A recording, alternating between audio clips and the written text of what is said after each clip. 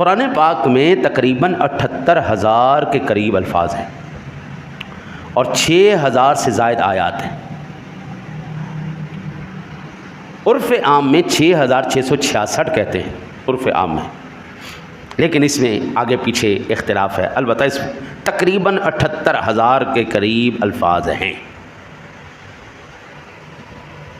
78,000 الفاظ میں سے جو سب سے پہلا لفظ اس کائنات کی سب سے عظیم ترین ہستی کے دل انور پر نازل فرمایا گیا، وہ سب سے پہلا حرف کیا تھا؟ اقرأ۔ کائنات عالم کی سب سے عظیم ترین ہستی کا خوبصورت منور قلب اطہر، اس پاکیزہ قلب اطہر پر اللہ وحدہ